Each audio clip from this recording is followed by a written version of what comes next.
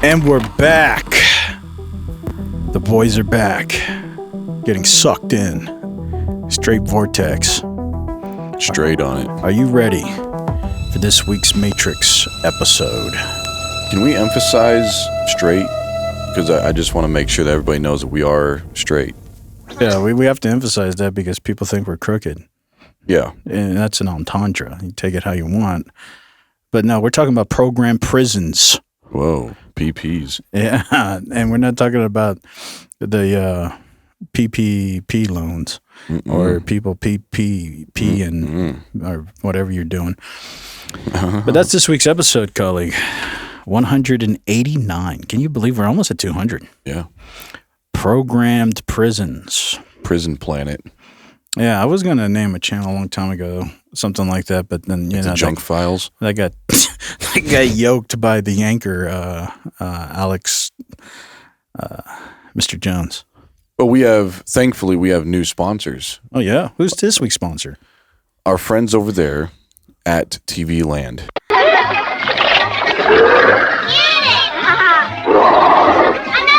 Is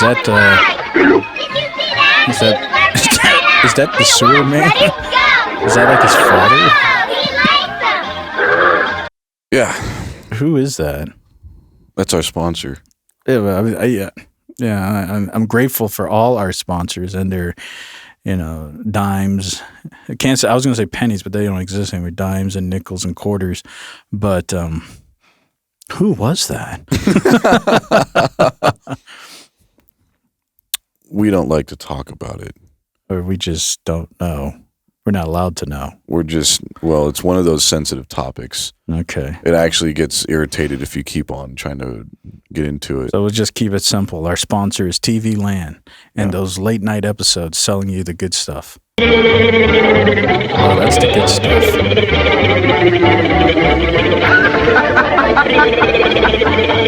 I can't believe that thing's attached. TV Land.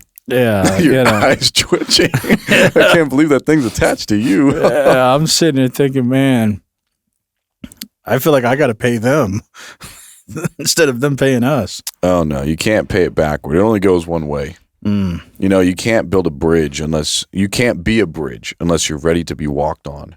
Yeah. Well, it's interesting when you use the analogy of a bridge.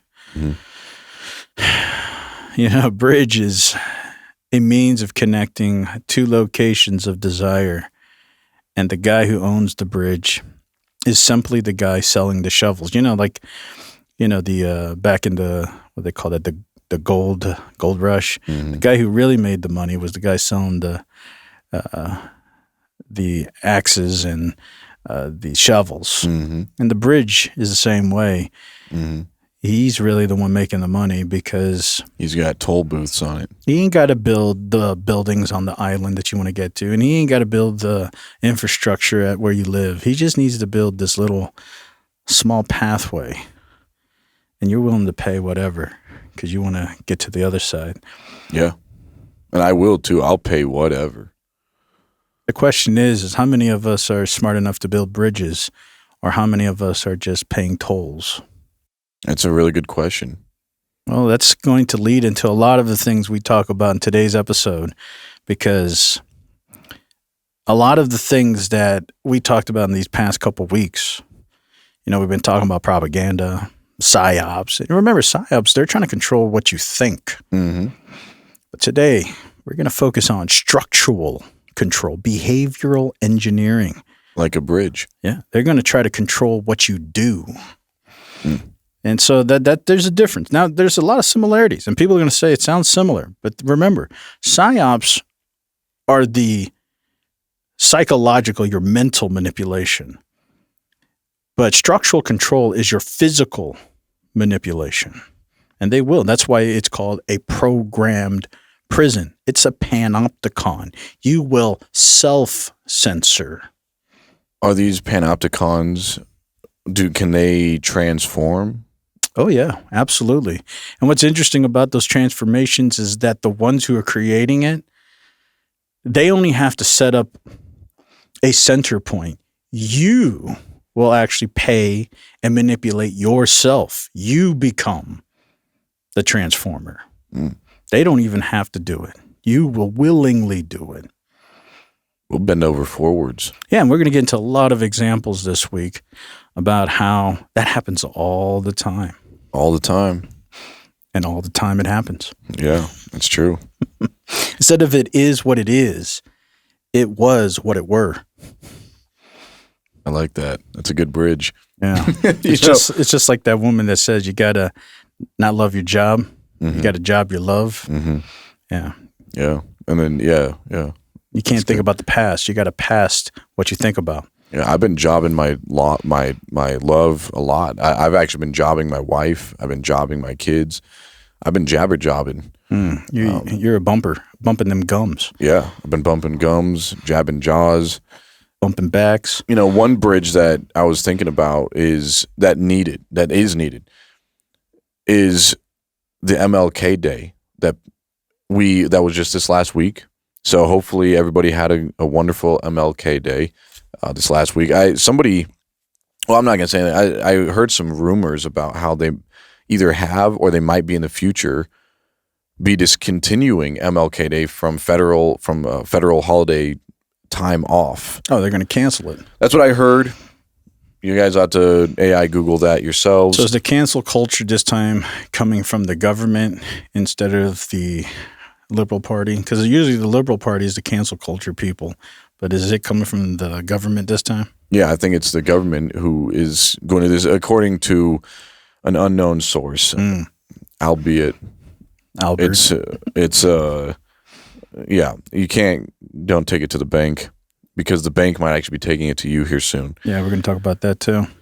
Yeah, well, this is somebody's reality. This was somebody's reality on MLK Day. This is an awesome Martin Luther King Day barbecue. Thanks, dude. Yeah, man. Hey, I was thinking, is it weird that we're having an MLK barbecue, but there's no...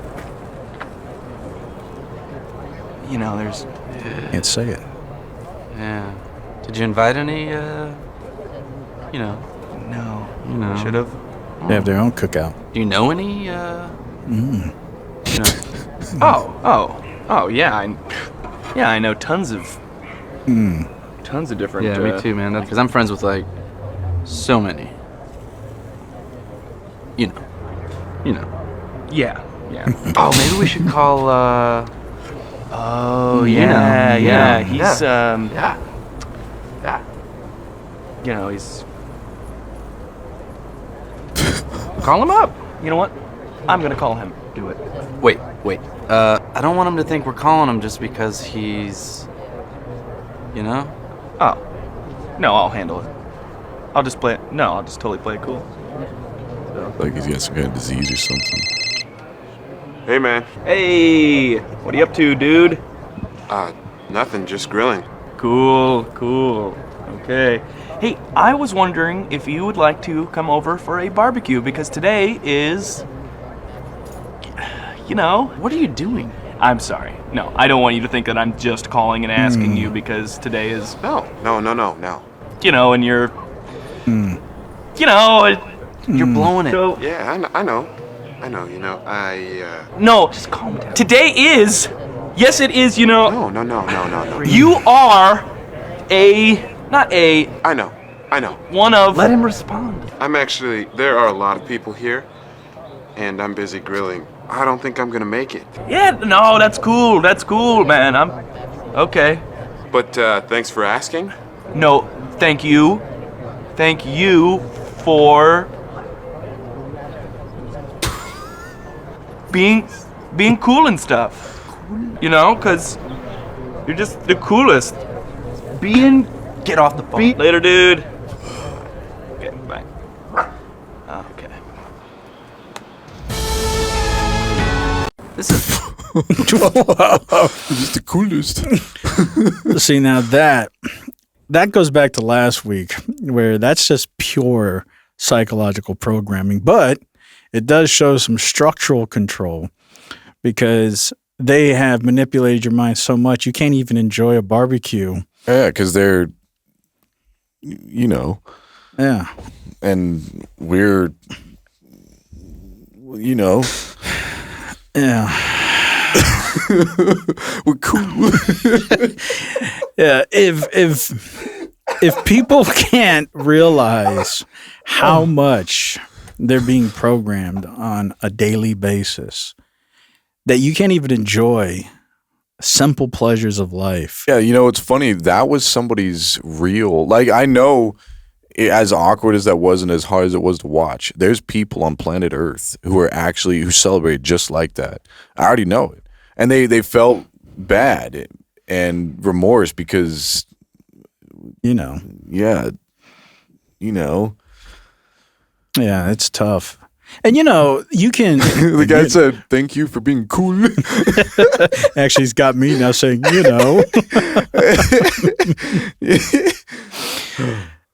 times. Utilizing that as a symbology, you can replace that construct with almost anything. And everything eventually can cause you to be bothered so much that you can't even react naturally. And you feel, again, look at that guy. He actually looked like he was in prison. He's being monitored by himself, too. There's no prisoner there. This is a self-imprisonment. This is a panopticon. Yeah, they didn't have to make that phone call. Right. This is a self-censorship. Like, nobody forced him to, like, they're in a private conversation. Who's listening to this? But you and your buddy have self-censored yourself. No force, no government. It's just there. And you believe this is normal. That's why I feel bad for a lot of Gen Z and Gen Alpha and younger generations, because they were born with a cell phone in their hand and being on social media, and they were being PR trained. Like, you can't say this, you can't say that, you can't say this, you're going to get canceled, you're going to get canceled. So, yeah, it's no wonder there's a thing called the Gen Z stare. Everybody, all the younger generations who are born with technology in their lap, they're just scared to say anything. So they just stare at you like, I don't know what to say, it's not going to get me canceled. Right. So, yeah, they're all feeling like those people, but those guys are older.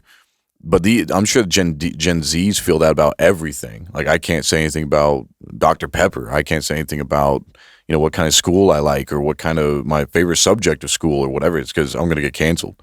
Yeah, acceptance becomes the weaponization. Like, you go to check out and this person says, so where do I put my credit card? You got a credit card swiper here? And now they're going through analysis paralysis of how I should respond, because acceptance now becomes a weaponization. Yeah, they're like, so would you like to order the, and it's like, yeah, I want a coffee. Yeah, but it's, and it's like, yeah, can I get my coffee? It's like, but they have this paralysis, like you said. Yeah, they're just scared. They don't want to say, I want my coffee black. Or I don't want my coffee white. And there's too much of this context of acceptance because it's so weaponized. I should call them. Yeah, and you can't even live your life. But what's crazy is that people get so acclimated to that, you think it's normal. You don't even question that you're doing this. You just think everybody else is doing this, so I got to do it. It's that conformity experiment. But we're going to move to this first section, and there's a couple sections. The first section is the illusion of choice, which we talk about all the time. But the coined phrase for this is called choice architecture. So let me pull up this diagram to give you an example of what it looks like. So as you can see here on this diagram, there's two, and this is really simple, and most of you guys know this. And a lot of things we're going to talk about today, you guys already know. But you guys are going to fall. What are nudge units? Yeah, we're going to talk about nudge units. But you guys fall into this all the time. And it happens to me. Like I say a lot, knowledge is not causational. Just because you know something, it doesn't mean you do the thing. You can know, it happens to me all the time. I can know a lot. Doesn't mean I'm immune from falling into the same traps. So as you see here on this diagram, well, what do you see here, colleague? My interpretation of this painting. Yes. Looks like there's a broad road and a narrow road. And one is bad based on the red check mark, and one is good based on the green check mark. But it depends on who made this. If the government made this picture, I made it. Okay, well, then, that speaks volumes of the Well, it's contextual with our topic today. Of course. Well, it looks like you're saying then that the narrow road is the bad one, but it's still a check mark, but it's not the one that people want to go to. It's more, requires effort, as it says. Yeah, and it's close. See, picture, and I created this not because it's my interpretation. I created this because this is what the government does. This is a choice architecture or a system. So the government, and we're going to get into nudge units. The government, as you can see on this yellow arrow, it's wide. It's open. Everybody can go here. And it's state approved. It's government approved. And there's no, what do you see there that you don't see on the other arrow? You don't see any barriers. See, on the blue line, the small line, the road that most people won't choose has a bunch of barriers. And that's why you won't choose, least path of least resistance. And few are that find it. Well, it's because who wants to work harder to get the same thing? And we're going to give an example, a lot of examples of this, but this is choice architecture. And the government uses nudge units, basically nudging you into a choice. And this is why I'm saying this isn't a psyop. They're physically making you do something by, in this example, putting barriers. If they make, let's say you want to go get an ice cream, but you have to go through this toll booth and you have to go through this side road and you have to go through this and there's a fee. But if you go this way, you don't have to go do nothing. It's just straight shot. It's broad and many find it. There's no restrictions. So people say, oh, that's stupid. I'm not going that way. Yet this is real ice cream. And this over here is that government sanctioned ice cream. Yeah, and you can see the choke point at the end. Yeah, we're going to get into what that's actually the next section is called the choke point, but funny or not. But that's what I want to show. And now I'm going to give you guys burn notice. Some examples, some simple examples. Think about what we deal with right now. Now, the most common simple example of this is the Real ID Act. Everybody knows about the Real ID. And now think about it. This ID, this is Congress.gov. It was passed in 2005. That was 20 years ago that this Real ID was passed. What's crazy about it is they take 20 years to pass this. And we're still in this limbo land, right? You're saying they passed it 20 years ago, but they haven't enforced it yet until recently. But this way, when they start enforcing it, people can't say, well, you just did this yesterday. They can say, no, it's been here forever. It actually makes us feel thankful that the government gave us this much grace period. Well, that's the beauty about this idea of barriers or pain. Pain is engineered. It's not natural with the government. They know. Everybody hates pain. We run from pain. So they curate a pain or a restriction and a barrier. So like I say, that was created 20 years ago to pass it out. Now, does the government say, colleague, that every American must carry a national ID card? Yes. No, they don't. What they do, and of course they can't because that's unconstitutional. They can't say every American must have a national ID card. Instead, they use choice architecture. What they do is they change the airports. You don't have to get a real ID. Yeah, but you're going to pay extra, wait longer. You know what's funny, too, is shows like Abbott Elementary, that television show, it's supposed to be another version of The Office. They actually are now talking about it. It's interesting, too. They've been putting a lot of trans people in there. And where stuff that wasn't in there before, like me and my wife have been watching it since the beginning. None of this stuff was in there until recently. So whenever the whole trans thing was a big thing, when under the different administration, of course, there was a lot of trans people in there, and these characters were saying, "Oh yeah, we love you, we affirm you," and all this stuff. Like they were just shoving it in there. It was uncontextual. These are elementary school teachers, and for some reason they went to a trans drag show. It's like, what are you doing? And if you're going to do that, why do you have to air that? So it was just weird. It's uncontextual. Like, what does this have to do with anything with the kids in an elementary school, which is what every other episode's about? But now we're going to focus on the teachers for an episode and see what they're doing in their pastime, these cool teachers.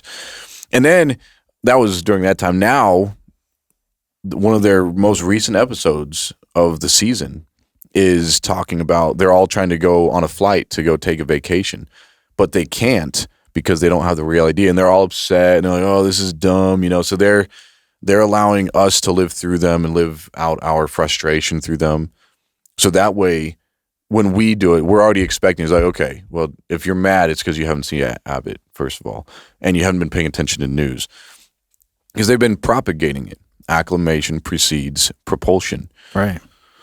Well, it's interesting. I didn't know that they were doing such things on children's show, but I guess that's perfect. It's not a children's show. It's for adults, but it's about kids and teachers in an elementary school. Oh. But now for some reason we have a whole episode about them in an airport. Right. It's like, what are you doing? So it's just weird. You can see the force. They're force fitting it in. Well, that's the beauty about that choice architecture. They don't change. They don't create the mandate. They just change. They weaponize convenience. You don't have to get a real ID to live in America. You can keep your regular old license. Yeah, I still have a fake one and it works. Yeah, it's your choice. Use it when you want to, right? But if you make that choice, you can't get on an airplane. Or like we talked about before, now they're going to say in, I guess, next month, you're going to start paying a $45 fee.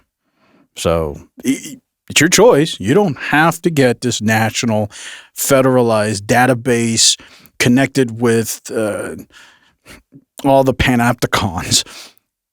You can just keep it, but pay your fee, have a passport, have your papers. You're going to get pulled out of the line. You're going to get screened. It's going to take, let's say, all these barriers. And so what people do, like we showed on this simple little chart, they're going to go with the state-approved default option. There's no barriers. They're just going to get the real ID. Why would you want to go through all of this? And so they make it impossible for you to do anything else. Not by force, but by your own choice. But this is this is why they call this structural control or behavioral engineering. They're changing your, we always play that video from Larry Fink. Here at BlackRock, we're changing behaviors. See, it's not, we're just going to play Psyops. We're going to change your behavior. Mm-hmm. And yeah, it's not by force, it's not by might, but it's by the grace of the government. It's by restrictions and barriers. Well, we've been already given this 20 years of grace. So they could have acted on us. They could have punished us, but they didn't because they've been showing us mercy for 20 years. Well, they're smart. They know that if you just smash it in people's face, that just causes resistance and riots and everything else. And then they're going to have constitutional fights, court. Just give people the option, but make it very, very inconvenient. And then you'll do it. And so the government uses these nudge units, these little things to nudge you in the right direction until you make this decision. That's cool. It's like it's actually a metric we could use. It's like how many nudge units have they done this week? Right. That we could actually start talking like that. That could actually be in a dictionary. Yeah, well, it's a technical thing they use in their constructs of structural control. So the government actually uses the term nudge units? Yeah. Oh, wow. Well, I can't say, we'll call it governmental think tanks. The lobbying that the government pays, and we'll get into what's called the grant feedback loop. The government pays think tanks to create these structures. And once they've figured out and they've done all the research of what manipulates the people the best, they give that data to the government. But in those papers by the think tanks, they call them nudge units. And it makes sense. That's exactly what it is. Yeah, how many times this week did they nudge us towards... Or how much? Like a unit is a metric, like a calorie. Like how much nudging does it take to get somebody to move this way? Or how much nudging does it take to get somebody this way? And how much money and resources does it take to do this?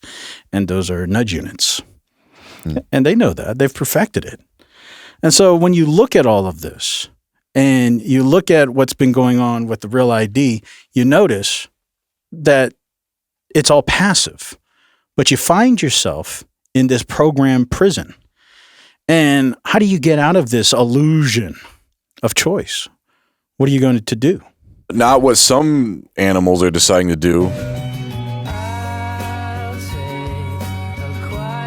So that's beyond structural control. That joker's frozen. Is that a cat? Yeah, I think that's a cat. Kind of looks like a raccoon. Yeah, maybe it's a raccoon. That's a long tail. Yeah, maybe. I don't know. It's hard to tell, but that's one option. You can take a swim. You can swim with the fishes even. Yeah, but if you do that, what happens is that you don't have that. I mean, nobody forced you to, I guess. Yeah, I guess you can think about it. Nobody forced you to go swimming. But I don't know if you can blame the government for that one. I think that's just user error. I mean, a government's just going to be like, well, that's fine. That's just one less nudge unit I got to spend on that person.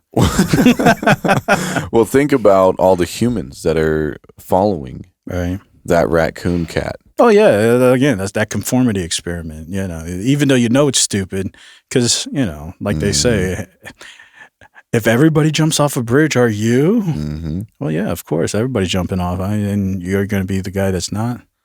Yeah, and that's where you stay in the structured program, like you're talking about, the structure of the bridge. You're going to stay on the bridge or you're going to jump. Right. Well, another example that goes along with this, which a lot of people may know and a lot of people don't, is the Pension Protection Act of 2006. And I'm not going to get into the details of it. I just want you guys to see what it is. So this is the Pension Protection Act of 2006. And the key word here is automatic enrollment. Now, remember that. It's automatic enrollment. Now, before 2006, this has to do with 401ks and retirement plans. Before 2006, if you wanted to get enrolled into a 401k, you had to sign a paper. You had to say, I want my money to start being contributed into a 401k. You literally had to sign it so you can do that.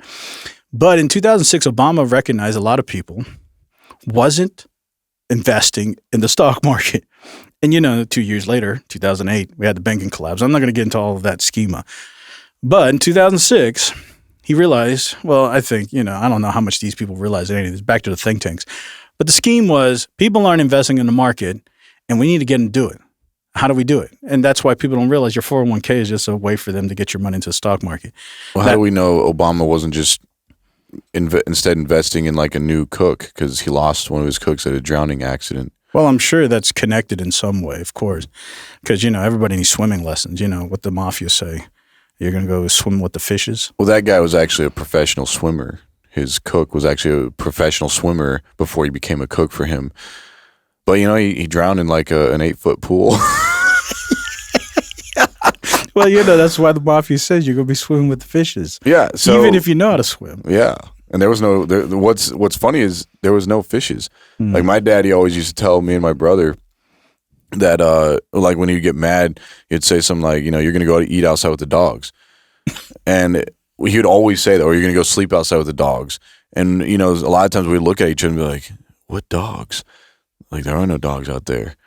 But I think what he was talking about was the wild dogs, the ones where the wild things live. Yeah, from the Everglades. Yeah.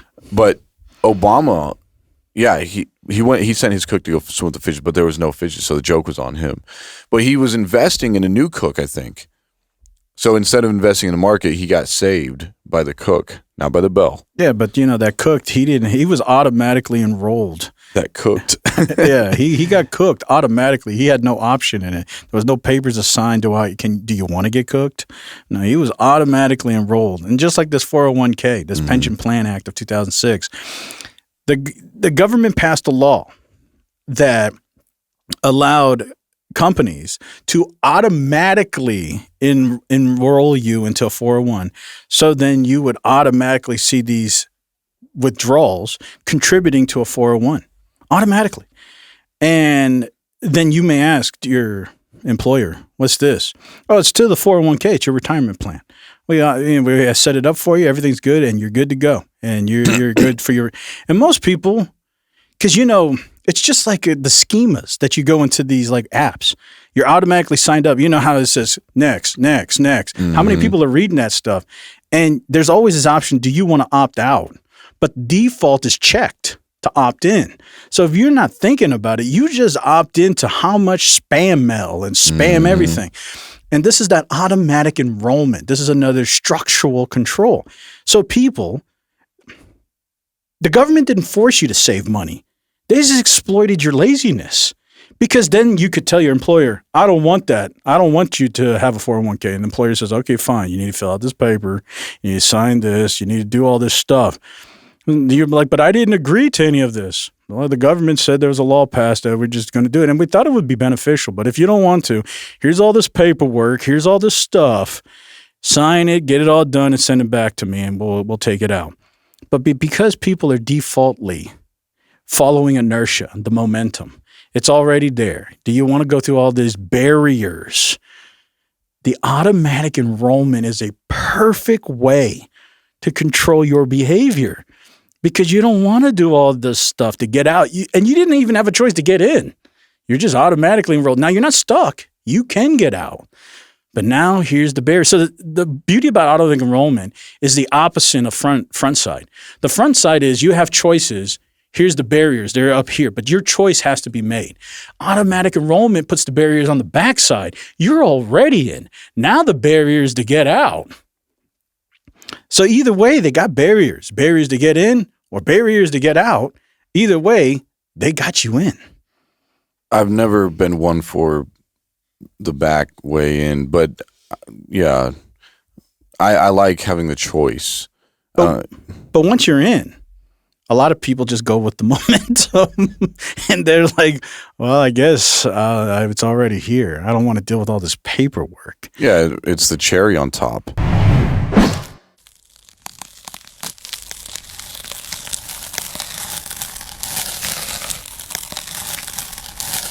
It's provocative. That's exactly what it is. And you know what's crazy about this Pension Enrollment Act of 2006? No, what? It actually worked. Participation rates in 401k skyrocketed from 60% to 90% in affected plans. So millions of people's financial behaviors were programmed without a single mandate. They didn't force anybody to do it. They just automatically enrolled you, and it got 30% more people forced into the market. And you know what's crazy is that 2 years later, we have one of the biggest collapses, but they got you to dump it in. And so just think about that. Automatic enrollment is everywhere, and it's the easiest way to control people's behavior because you're already in. You're locked in. So that's structural control, and they're programming the population to adopt a federal standard by weaponizing what? Convenience. So now we go to what you talked about earlier, section 2. Choke point. Yeah, that's actually what I wrote here. The choke point. Yeah. That's actually what it is. I've seen your notes. Yeah, thank you. We're going to focus specifically on financial weaponization. Now, you remember we talked about it a long time ago, and I think it went kind of viral at that time. PayPal. You remember how they had that scheme? If you had misinformation, they were going to freeze your account, or even worse, fine you $2,500 because quote unquote misinformation was being propagated. And if you had a PayPal account and they knew it was connected, they were going to freeze it. That's financial weaponization. Think about what kind of behaviors that controls. If you are afraid that your banking or any money can get frozen again, it's choices, if you do something, if you say something, if that's actually going to force your behavior, you're going to say, well, I don't want to lose $2,500. I don't want my bank account frozen. I don't want to lose my business. Well, then don't do this. We're not going to say you can't do it, but here's some financial weaponization for you. Mm-hmm. And so it's a beautiful thing for these think tanks and the government to utilize this control. But it's the choke point. I'm going to pull up this illustration to show you an example. It reminds me of, back in the day, but when we came to America, it was because, the kings and queens were telling us, you do this or you can die. Or you do this or you can be imprisoned until you die. So you still have free will. It's like, look, we're not going to force you to do it. Just do what we're telling you, or there's other options. You can die or you can be imprisoned. If you comply, you will not die. That's it. Just comply. If you comply, You will not die. I yield. But he said, hey, why are you guys being so stupid? If you just comply, you will not die. And yeah, that's the idea. Like, you have a choice, but it's comply or die. So looking at this diagram here, you see, it's a simple analogy. So the arm, of course, is the government, and the pipes are your money. And the government has the power of the valve to control where your money goes, if your money can go, or anything.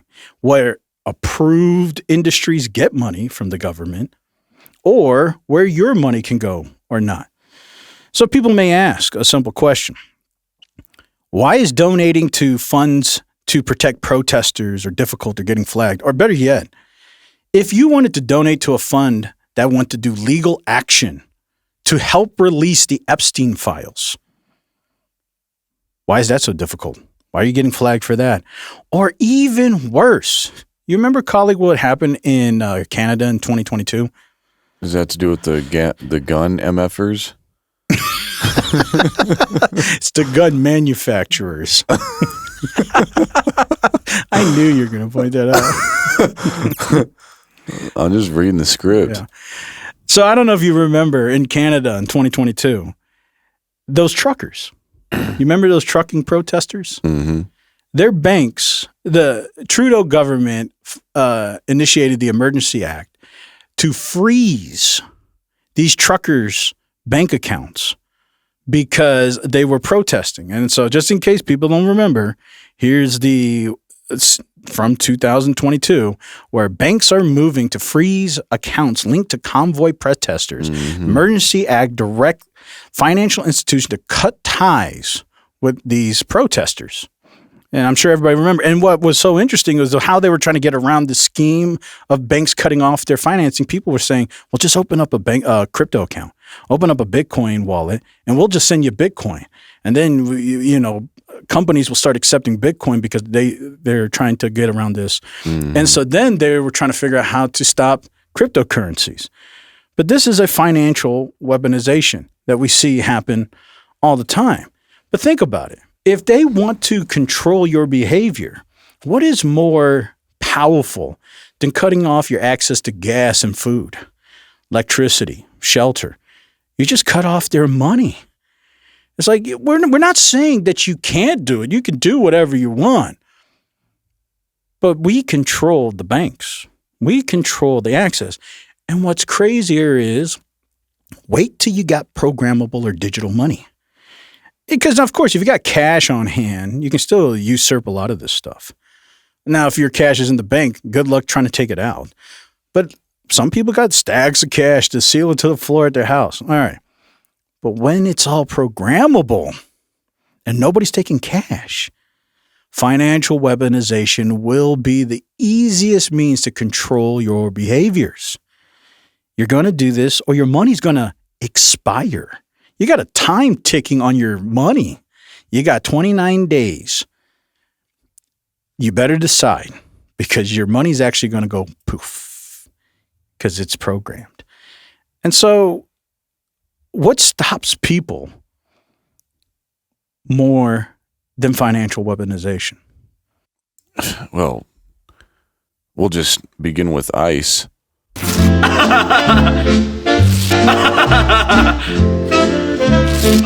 What's up? I'm Phil, and I am an ICE agent.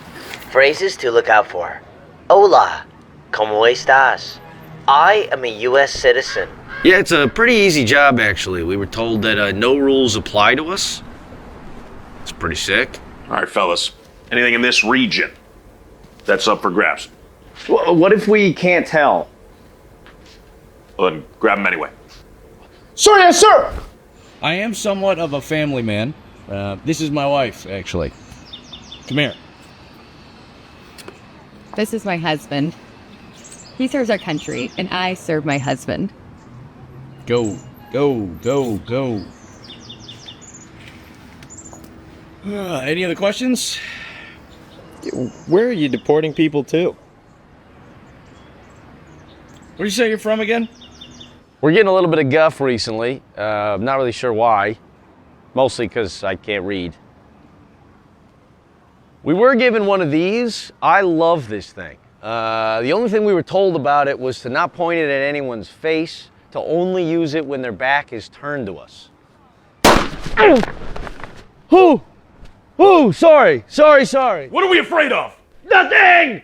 Lesbians? Oh. Actually, yeah. Lesbians, yeah. The signing bonus was pretty nice. I finally was able to afford a gardener. My coworker did take him the next day, but I will find another guy. That's okay. Got it.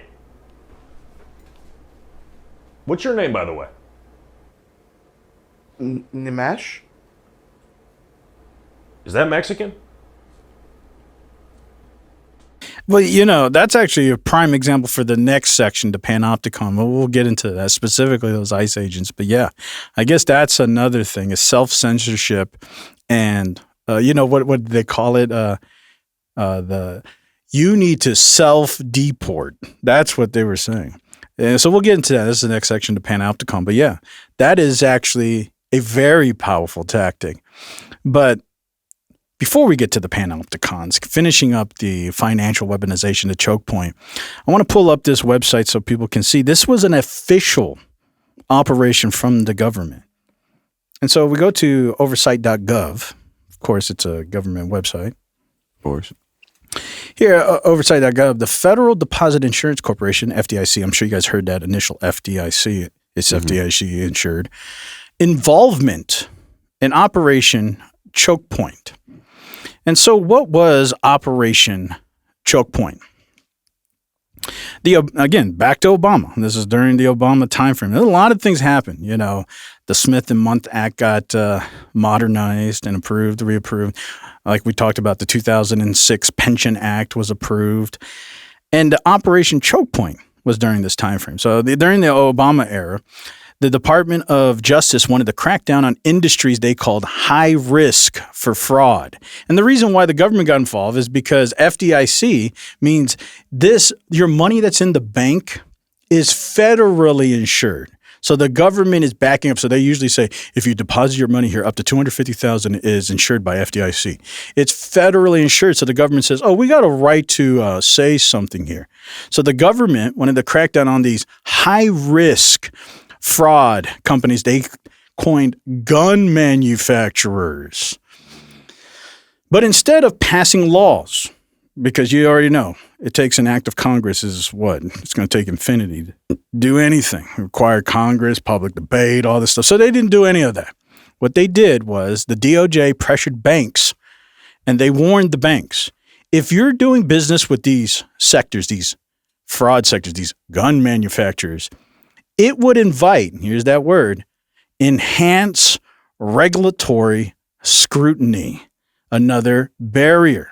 So this is basically that valve. They're like, we're going to we're going to turn that valve off. You're going to lose all this access. So banks, fearing audits and fines, voluntarily, remember that, it's always your choice, even corporations, voluntarily de-risked. And so basically, if you're harboring any truckers in your basement, you don't have to give them up. But so there's options. You can die, you can be fined, you can be imprisoned. It's all up to you. We're not going to force you guys to do anything, but just put it on the table. So if you're harboring truckers, you need to turn them over to us. We're going to come knocking on your door, ask you if your papers are in order. And if they're not, well, that's why I wanted to show this one. Because, we usually think about these kind of behavior modifications and engineering towards us, the average Joe. But this is towards corporations. Like, hey, you banks. And they do the same tactic. They put up barriers. And like we showed in the choice architecture, there's a government approved, which is real easy. No barriers, no problems, no audits, no nothing. Or you can go to this way. You can continue doing it. It's your choice. But if you do this, you might be dealing with enhanced regulatory, and who controls the regulations? Regulatory scrutiny.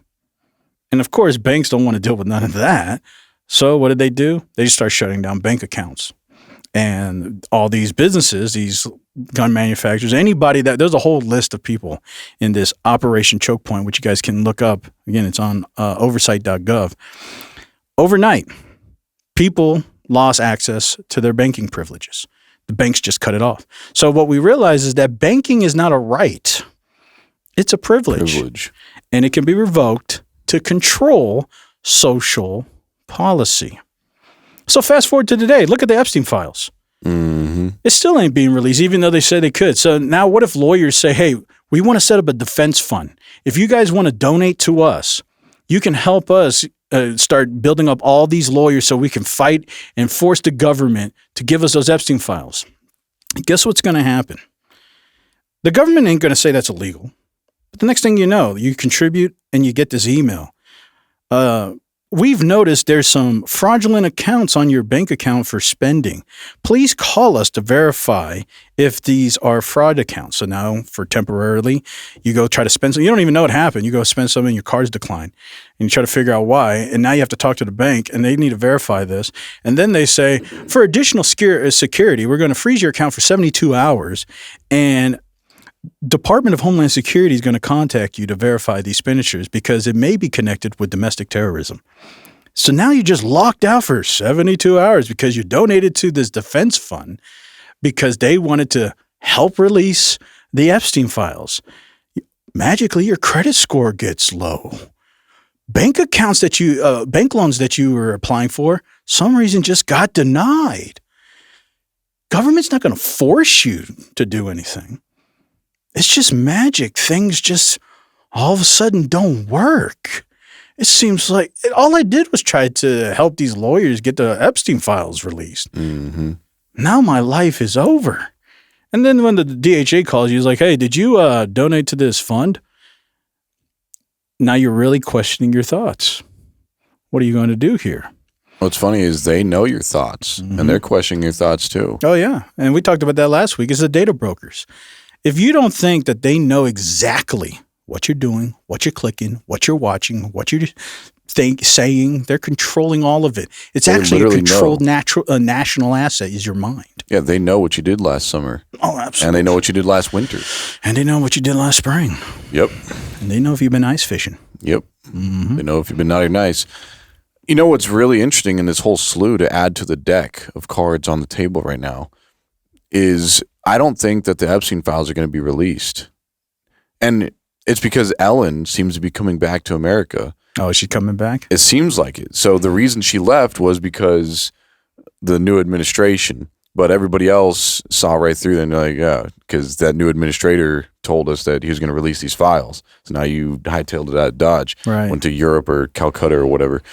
But now people are seeing her on TV commercials, apparently selling, like, I don't know, it almost seems like she's broke. Free, you'll get them if you order today. $59.95 for all 6. Come on now. She is. Sold separately, you pay over $250. Free, you'll get on them the countertop. if you order today. $59.95. That looks like she's got a lot of weight on her shoulders. And then there's another one. Study of Kind Science users. 94% had less visible lines and wrinkles. That's so great. Well, because it's great product. So I'm also going to give some gifts. You know the brush that you love so much? Love it. Yeah. So the brush, the Radiance Oil, which is a really great product, and free shipping. Really There's $200 worth of products for $49.95. This whole thing is under $50. Yes, $49.95. That's amazing, really. I know. 60-day money back guarantee. Yeah, well, another guarantee it seems like is that something weird happened. We have Ellen DeGeneres drops $27 million on California mansion a year after permanent move to the UK. This was, I think, when was this article written? Oh, it says right here, January 20th, 2026. So this is pretty recent. And it goes into, you know, her dropping all this money. It almost seems like, and so I don't know if those commercials that she's doing is legitimate or not. I don't know if that's AI generated or maybe those are old commercials, which I don't know why she'd have to be on commercials if she had her own show before she left. So those commercials seem like she's back in the America land and now she's dropping money. But why is she on commercials if she has $27 million to drop? it seems like some kind of deal was made almost. Like she needed money. The government reached out and said, hey, and then now she's back. Yeah. I mean, I guess that is a good point. If there's nothing to fear, fear is the cause of safety. Like I'm going to save, I'm going to hold, I'm going to restrict. But when all fear is gone, you let the floodgates open. So, yeah. Yeah, it's like the new administrator told her and her wife that we're not going to ever release the files. And if we do, your name's not going to be on it. So you got nothing to worry about. Mm-hmm. And who knows? We're going to really know if she opens her show up again and starts saying that she likes Trump or the new administration or something. We're going to really know. No, she's going to do that thing that she does with all the other guests. Yeah, me and Trump, we love pizza parties. Mm-hmm. And, we had a pizza party the other week, and it was great. Him and his wife and all these nice people were there, and they invited Jen and me. I know George back in the day, too. So we went there, and you take a boat. You get on a boat, you cruise down. Went over to their house. They made us homemade pizza, and it was an amazing time. I sat next to Bono. It was a good day. She does have good parties, and she makes good pizza as well. She makes great pizza, yes. Wonderful pizza. We've known each other for years. Yeah. You've been to my house. We've had pizza. Girl after my own heart. Do we love a pizza or what? We love a pizza. We do. It's so much fun. Now, someone did. Yeah, it's like I never knew Trump like pizza. I thought I did until we invited me to a pizza party. It's one of Jennifer Aniston's finest. Mm-hmm. And Selena Gomez. Mm-hmm. But that's a good segue into the next section, which you talked about just a little bit ago about the ICE agents. But we're going to talk in section 3 about the Panopticon. And Panoptic means all-seeing, right? But this is a force. This is a manipulation. And what's interesting about the Panopticon is it's because the all-seeing eye, it's the illusion that if God is watching, then you self-restrict. God doesn't have to force your hand. But because you know God is watching you, you volitionally choose to obey. He doesn't have to move your hand. And that's the idea of the Panopticon. When you know or you believe that the government is watching everything you do, the government doesn't have to say do X or do Y. You just self-regulate, self-censor, because you believe they see everything. So it's a beautiful illusion, even if it's true or not. So it might be true. They might be seeing everything like that, but you hear it all the time. They're watching you through your phone. They're watching you through TV. They're watching you through your Wi-Fi. They're watching you through your mother's eyeballs. Whatever it is, the illusion of the Panopticon is the government sees everything. Yeah, but that's a double-edged sword because knowing all the time that they're watching and knowing everything, our thoughts and everything, we kind of get used to it. Eventually nobody cares anymore, so that fear goes away. So then maybe that's when they have to turn up the knob a little bit. Like right. So what they do is they set up the false flags. Remember, false flags is the government attacking itself.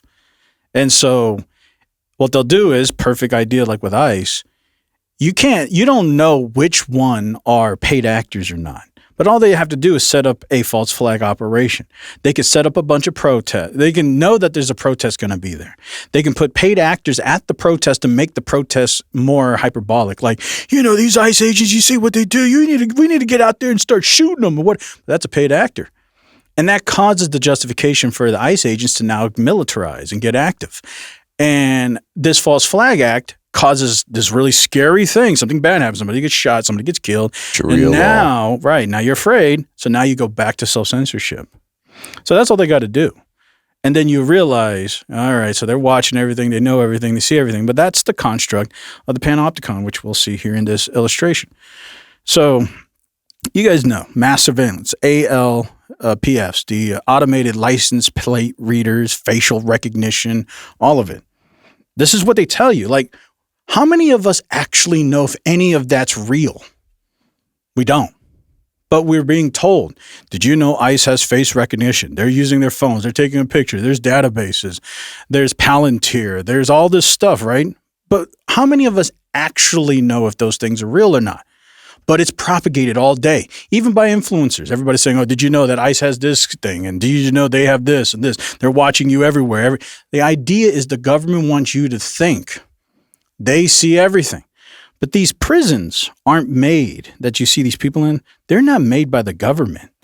You are creating your own prison. It's a programmed prison. You're self-policing yourself because you think the government's watching you. The government doesn't have to put you in prison. It's just the idea that the government's watching you. It's one of the most easiest tactics because the government is like the father. Well, it's what puts fear in people's hearts because people like Chris Hansen, they get got for tax evasion. There's another guy, a religious guy, Ken Ham, who I just found out he's like this, this big creationist guy going against the government.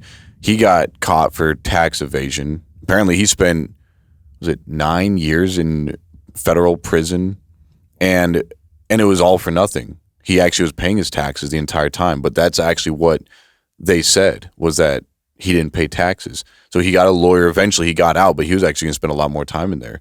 It was all on bogus charges, and he actually has the proof. He has the receipts, but the government didn't care. They said, "Yeah, put him away." So the government, and it may be him and people like Chris Hansen. Again, this guy's a religious guy. He's like this teacher of this stuff. He's not doing anything like that. You can tell he's one of those. He looks kind of like Chris Hansen. They could be brothers. I don't know. But two completely different people. They don't know each other, but they both went away for the same thing. And we can list many other names of different political groups and affiliations and all kinds of other people who went away for tax evasion, or the government found a laptop that belonged to them and they don't have to show us the laptop or anything. They just found a laptop and it had 8 terabytes of illegal material on it. That's all they have to do.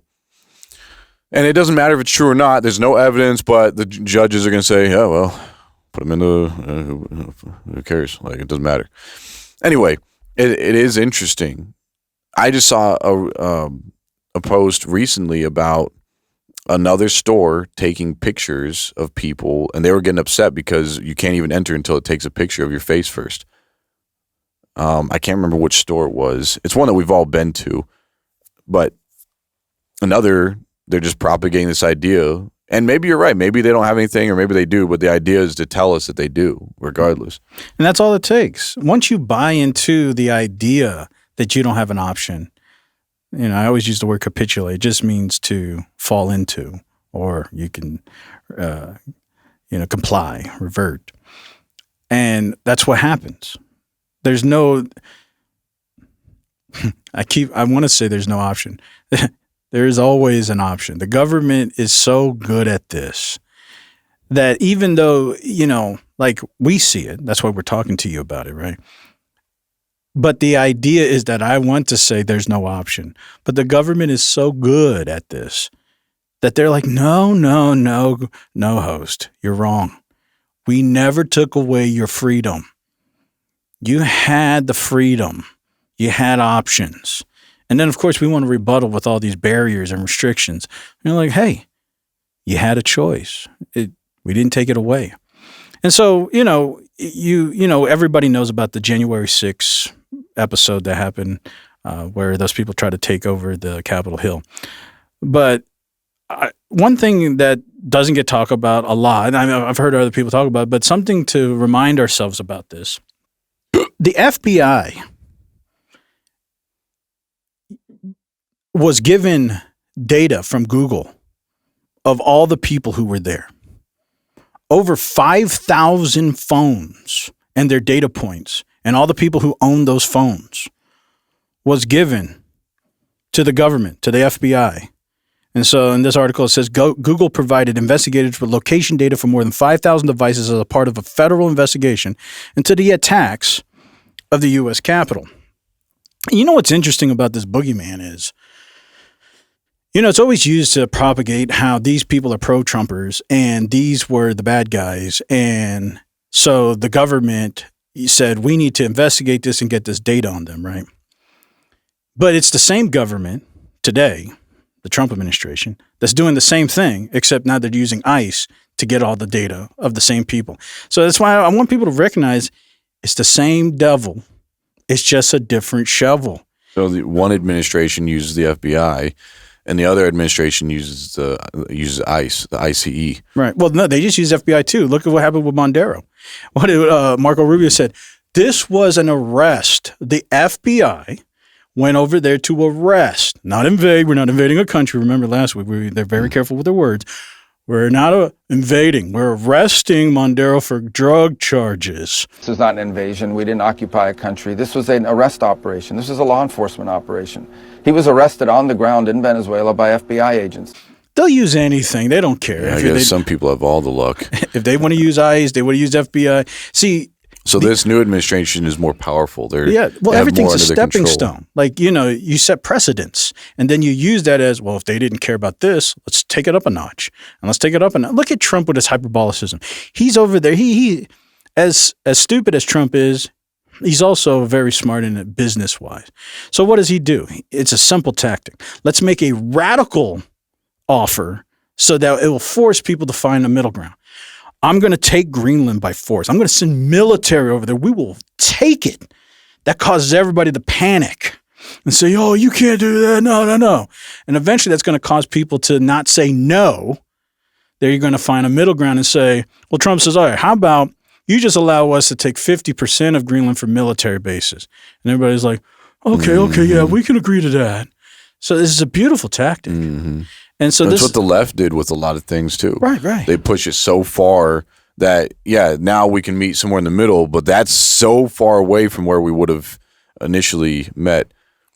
Yeah, and that's why people have to realize these things that you hear are playing on your emotions on purpose. Well, some people are coming out. I've seen some videos, a lot of videos now of younger audience people, younger generation people, literally just not caring. They go out in public and they're like, yeah, look, just a reminder, guys, nobody actually cares.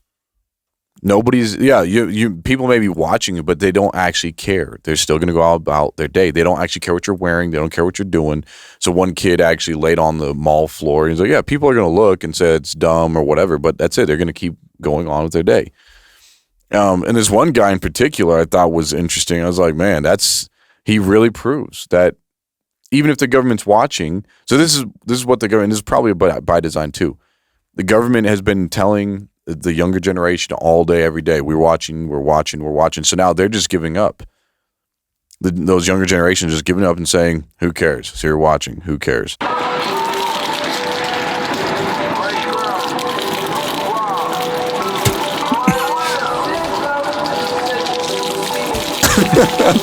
Wow, that's milk. Wow, I thought that was water. Wow, that's next level. I don't care.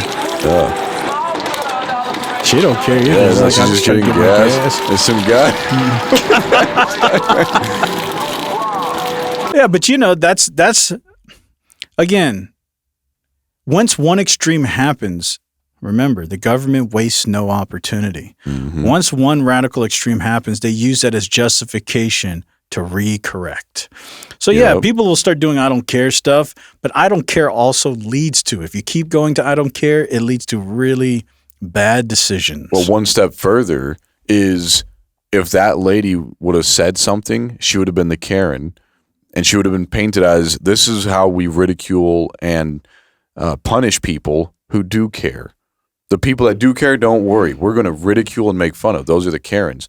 Or I guess the Gen Zs are calling Jessicas now. That's people using the word Karen or millennials. So Gen Zs can know us by our fruit. We date ourselves by saying the word Karen, I guess. Anyway, so for Gen Zs out there watching us and Gen Alphas, the Jessicas out there are the people who care. They're actually the people who look at you and actually care. But they're far and few, and they're a dying breed. In fact, most millennials are Jessicas, I guess, is what they think. But that's what I'm saying, though. Like, go back to this diagram. You can not care only for so long, but that not care is actually a prison because your not caring leads to crazier things.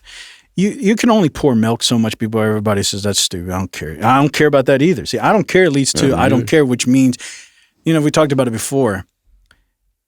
you can only do so many things before you have to ante it up. Like we talked about that Dare website where, but eventually it's like nobody cares about that. Now you need to take it to the next level. And eventually you got to do something crazy, which then gives justification to the government, says, oh, we got to correct that. And then once you see punishment, and it could be a false flag, a punishment occurred, now you go back to self-imprisonment. I have to care because if I don't care, I'm going to end up like this guy. And they're always going to put up this patsy to say, see, you comply or you die. And so go ahead. Well, I was going to say some people found some kind of middle ground or loophole in between the lines. They're gliding through the lines. They don't care if people are watching. They don't care about themselves. They don't care about their health or nothing. This one guy, it's been apparently going pretty viral, doesn't seem to care about Nathan. Feel me? Feel me? I feel you. Feel me? I can't. We got Shake Shack, man. He almost had a heart attack. Feel me? Feel me? Got the chicken sandwich, man. Feel me? God bless. Thank you for the beautiful, loving, delicious.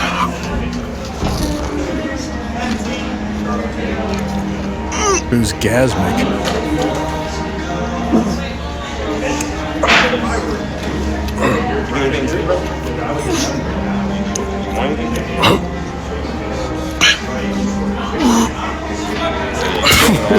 It's dying. But it saved him. It hurts to watch. It's like, don't take another bite.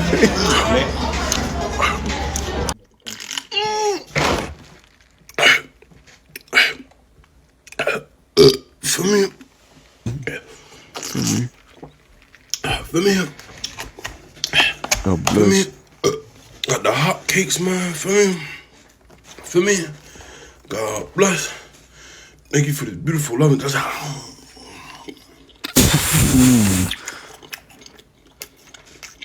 scrumptious.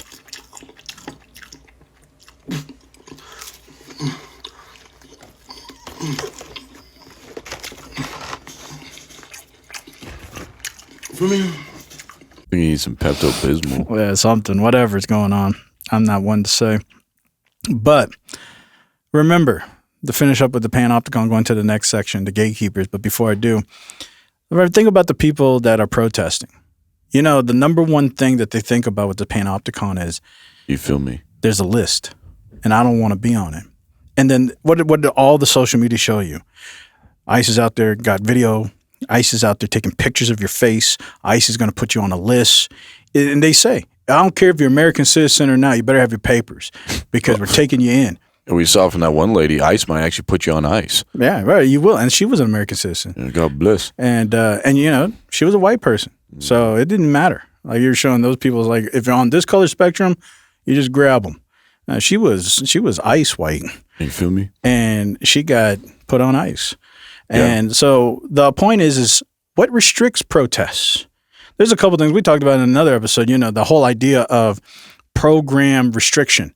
If you want to have an organized protest, you got to file permits and you got to get this. So they put all these barriers just to protest too. You think you got freedom of speech, but that's limited.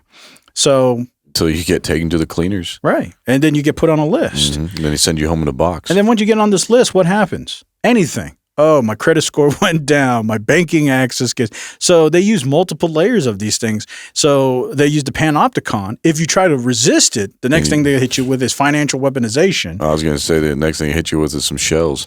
Like some people are, the cops are known to throw shells at your front gate. Well, yeah, they will. But those, like I said, they don't have to do this on a large scale. Because if they did this on a large scale, you already know that's civil war. You can't do this everywhere. They just need false flags. Because like we talked about with the choice architecture in the very beginning, that pain is engineered. But yeah, so you're out there and you think you want to protest. You think you want to get involved. But then all of a sudden you see all this stuff on your social media feed.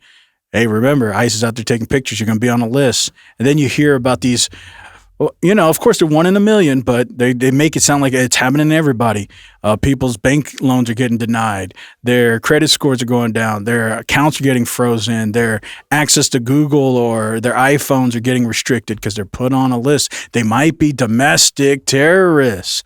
I mean, what happened to toilet time? They were domestic terrorists. Well, that's what terrorists. Well, I think what happened was the DOJ found their laptop or something. Well, this is what happens when you try to fight against it. Like those guys were trying to tell people about the Panopticon, and then they would fight against it. Said, we know they're watching, but who cares? And so they have to put up a patsy and say, comply or die like these people. Yeah, but those guys at Toilet Time, though, they didn't use protection. A bunch of idiots. Like, they just... Nothing. They just went in raw. It's like, we're just going to come at the government to expose everything. And you feel me? And they did. And yeah, the government was like, yeah. Yeah, God bless. But that's the idea, though. And so this is what causes people to fear. And so you self-censor. You're like, I don't want to be like those guys. They put a lot of work in, and look what happened to their stuff. They'd be turning girls down at the Volume Boy. Right. So what happens is that you self-censor. You self-discipline. You self-imprisonate. And you end up being in a programmed prison. So then there's the gatekeepers. Did you say prison or prism? Well, both. I guess you can think of it in both ways. But I don't want to get into that analogy, right? Anyway. So Section 4, the gatekeepers. And so they are those people who want to speak, like we said about toilet time. But what about the doctors that came out during the 2019 COVID? They were trying to expose about the vaccines. What about the lawyers that are coming out trying to expose what the government's doing about these Epstein files? What happens to these people? So in this next diagram I'm going to show you, it deals with credential gatekeepers. And we've talked about this before, but this has two layers to it, but I'm going to show you this first diagram. So as you see here, the credentialing gatekeepers, occupational licensing. So, hey, you want to be a scholar on history, or you want to be a expert dealing with financial economy, you want to be a recognized expert on vaccines, on law, here's this licensure you got to go get. And who is controlling the licensure? Who's controlling the requirements, the verification, the approval of you getting your license? The gatekeepers. The state officials. It's all state regulated. Yeah, that's what I said. Yeah. And so if the state knows, of course, you got to show them your work. Oh, I've done this work. I got this paper. I've done this. And the state's going to read through it all, and they're going to say, do we want this kind of information? If they don't, they're going to find something to say, unfortunately, you don't qualify for this licensing. Or they're going to make it very difficult. Here comes these fees, or you got to do additional research, or you got to do additional paperwork. And so when you have state-approved licensing, you can say, hey, talk with the narrative, say what the government wants you to say, and it's smooth. It's easy to get you right in. Go against the narrative, and you're going to come with restrictions and barriers. Now, I don't know if you remember, colleague, but back during the COVID times, we saw something just like this. I've seen a lot of things. Yeah, see, at the bottom it says revocational threat. Mm-hmm. They're going to try to convince you, you need to go get a new job, or you need to go study something else. So back in 2019, during that time, you remember where in Los Angeles, they passed, in LA or in California, they passed that AB law, the AB 2098, where they were trying to prosecute doctors for quote unquote misinformation about the vaccine. Mm-hmm. Just in case people forgot, I'll pull it up real quick. Yeah, I got Usos in LA. So you guys see here, this is back from time 2019. Lawmakers aim at doctors who spread COVID-19 misinformation. And so there was a judge who saw this, and what they were trying to do is put this on hold. But, and I'm not paying, see, this is that opt-in, opt-out stuff. Mm-hmm. And if you don't, you can't see any of this this data. But I don't know if you remember this. We talked about this, where they were going after doctors because these doctors were going against the government's narrative Mm-hmm. about the government saying it's safe. And these doctors were saying, I don't know if it's safe. And so they were trying to go after these doctors' license to get them restricted from being able to practice because they wouldn't go along with the government's narrative. There was one, even a live streamer, doctor, live streaming, and SWAT came in and took him away on the live stream. And then SWAT realized it was on camera, so one of the SWAT agents came back in after everybody was gone and turned the camera off because they were just sitting there looking at an empty room. Yeah, I remember. I'm sure they want us to forget all that. I can't remember if... Anyway, it doesn't matter. You're not going to be able to find it now, so it wouldn't matter. I didn't hear. I didn't know about that. That's interesting. Yeah, it went viral and it just disappeared. Yeah, well, this is a common notion. And you know when it first started? Now, it's probably always been like this in its iterations. But the first time we hear about this is when you get into the beginning stages of what we would know now as the pharmaceutical industrial complex. But back in 1910, there was this thing called the Flexner Report. And do you ever wonder why holistic or like herbal medicine is so demonized today? I wonder why all the time. Well, I mean, it used to be normal. That's whatever, like what they call a traditional Chinese medicine and all these other things. Yeah, we used to tape onions to our feet at night. And that would actually pull out all the demons and all the germs, all the viruses, all the parasites. It would literally suck everything out.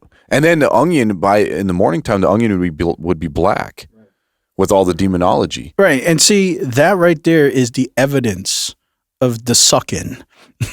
See, the idea is some things are true, some things are false, but we hyperbolicize the falsehood, so you throw out the baby with the bathwater, and when you do that, there's only one option. Now, they don't take away your choice. Of course, you can go to holistic or herbal medicine doctors or whatever, but we're going to demonize it. If you do it, you're stupid. And actually, in some cases, they make it illegal. Like in America, we're one of the only few countries that the treatment of cancer can only be done through chemo and radiational treatments.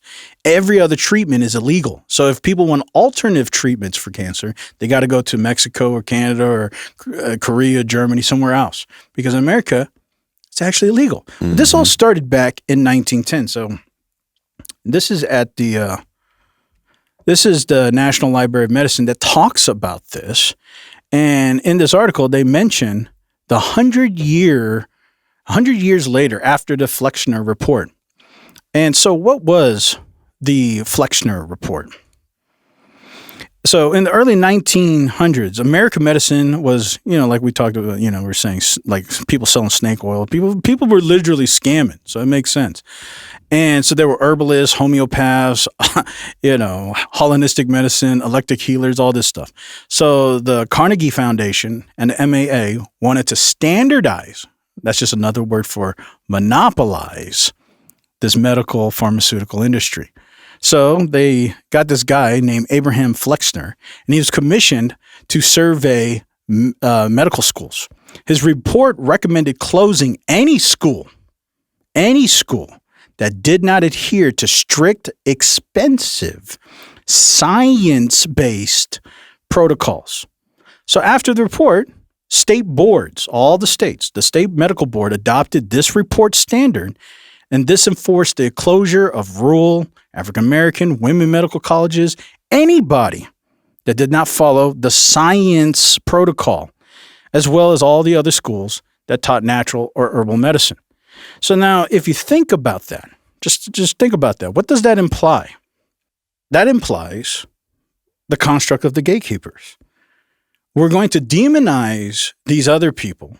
And if you want licensing, if you want the ability to be a professional, if you want the ability to actually have a practice, you're going to have to go through our procedure and follow science-based and who is the arbiter of science-based protocols? The government. Now, of course, what they're going to say, oh, you can be an herbalist, you can be a homeopath, you can do all that. We're not taking away your choice, but you won't be able to get in a license. You won't be a licensed practice because that licensing has to come from the state.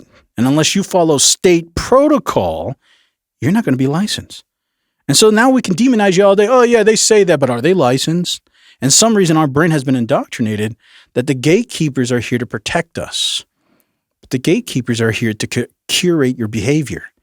Don't go to those herbalists, homeopaths, whatever, Because look at what they did. So, of course, again, false flags are so powerful. What if the government makes a really popular social media channel and it's an herbalist or a homeopath and they make it go viral, but it's all a paid actor? And then they get a whole bunch of people after a couple months that start getting sick and start maybe a couple die. And then this person goes to prison and they say, see, this is why we don't allow this. But it was all a paid act. And so they can demonize the structure by saying, this is what will happen if you don't comply. We're not taking away your freedom, but this is why we don't want it. You need to follow the protocol. You need to follow the licensure. So this is the gatekeeper, and they do this in every industry. This isn't just the medical industry and anything. Hey, you know, science has to be interpreted through these experts. It's consensus. History has to be interpreted through these experts. It's consensus. Math needs to be interpreted through these experts. It's consensus. And then they point out people like we don't know if, what's that guy, 1+3 guy?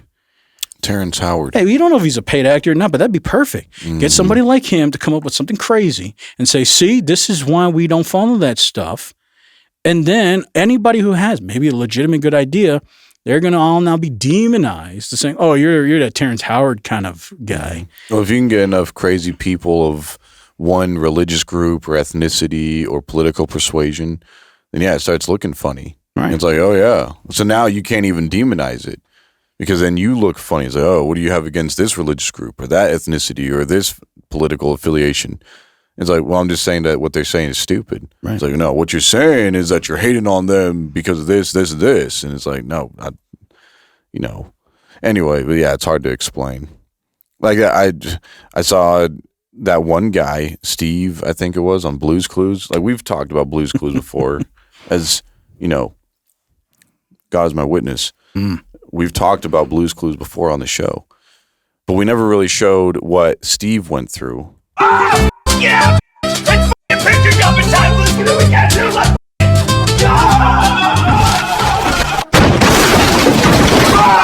That's what happens. That's what those people look like who aren't following the narrative. FCIA. Yeah. And, you know, that's right. That's another example. You know, we nowadays. FDIC, that's what I meant. Okay. Nowadays, we don't take parody and satire as what it used to be in the value sense. Like, it's still there, but it's very rare. Because, you know, back in, not even too long ago, you know, comedy used to be a means of actually exposing truth. The reason you thought it was funny is because you know it's true, but it's not socially acceptable to say. So the comedian is the jester, able to have that freedom to say the thing that you can't say, but you know it's true. And so it's a means of exposure of truth. Yeah, like, did you know that video I just showed of Steve, that was actually AI? Mm-hmm. Yeah, I can kind of tell that by that label. I guess I didn't need the label, but I had to read the comments. I was reading the comments, and they're like, wow, this took, you know, probably 20 gallons of water just to make. And someone said, no, it probably took an ocean, but it was totally worth it and all that. And I was like, what are you talking about? But yeah, anyway, you learn something new every year. Yeah, but what I'm saying is that's a good example, is you hyperbolicize anything, so you make the people that you don't want, that's not following a narrative, look so stupid, even if it's satire, even if it's comedy, even if it's AI, because people start connecting mentally, unconsciously, that I don't want to be that guy, whatever it is, even if it's AI. And that's all it takes. It makes something go viral. And who controls that? Oracle. Mm-hmm. Who controls what goes viral? So if they want to control, if they want to control a narrative, they'll make it happen. So the next section inside of the Gatekeepers is the grant feedback loop, which we've talked about before. So I'm just going to kind of skim over it, but I do want to show one example about it. But here's this diagram, as you guys can see here, the grant feedback loop, the science program. So, you know, grants are federally funded. So again, everything has to be federally some access so they can control it. So if you comply with a federal narrative, or if you're a think tank, you'll get all this funding. It's approved for climate control, this policy, that policy, ICE agencies, who cares? Well, look at Ellen. Yeah, sure. She came to the American land. She's broke as a joke, making weird TV commercials and all that. And all of a sudden she's able to drop 27 million on a mansion in California. Right. I would say that's like more of the faults, the paid actors, but specifically the grants. We're talking hundreds of millions of dollars to do research on ketchup or whatever. Well, I think what I mean by that is I think even us, if we started pushing the narrative that the government wants us to push. Oh, yeah, we'll get sponsored. That's it. Right. We'd get sponsored by those people. Right. And we'd get that funding. We'd get bigger. We'd stop being shadow banned so much and all that. But yeah, as long as we're in that zero grants group, the alternative theories group. Right. But that's why I was saying connecting specifically with the gatekeepers. The reason why this is important is because who do we look at to for truth? It's the experts. That's why this is so important. Because people can talk about theories all day, but what does everybody say? I read this article and it was written by this university or by this expert or by this PhD. You have to ask yourself, how do they get the funding to do all that? And why aren't you seeing all these alternative theories? Because they ain't got no money. You know, the old thing that I talk about all the time, the reason why we have modernized our ideas is because we stopped working all day so we could have time to think about solving problems. So when these alternate theories, if they ain't got no money, they got to work all day and they ain't got time to continue pushing out the studies of their alternate theories. But when the government's giving you hundreds of millions of dollars to think about ketchup, then you're just going to continue thinking about ketchup because you got all this money. Yeah. And so my mom was actually in an alternatives program when I was growing up, and she had to work hard and try to raise us. She barely had any time for anything. And it's because the alternatives. Well, I just want to bring up one thing to show you that this was a real thing. So in 2004, 2020, it's from 2000, and you guys have heard about this. I just want to verify and show you guys this. This is an official document by a congressional committee investigating this scam. Basically, it was just a big scheme by the government. So it was the weaponization of the National Science Foundation, how NFS is funding the development of automated tools to censor online speech at scale and trying to cover up its actions. And this was an official paper written and done and investigated by the Judicial Committee of Congress. So this isn't just some conspiracy theory or something. This is their investigational report. Are there specific names that we can give shout outs to right now? Yeah, but I'm not going through maybe all some addresses. I'm not going through all of that. I'm just going to sum it up. But basically, so the NFS is the National Science Foundation, and the State Department, they poured millions of dollars into grants into universities like Stanford and the University of Washington to study about misinformation. And this is why you saw all this happening during 2020 to 2024, the vaccine time. And these university labs then flagged certain posts on Twitter and Facebook to get shut down. And so that's why you saw all these shutdowns happen so much. They were actually being paid by the federal government to do this.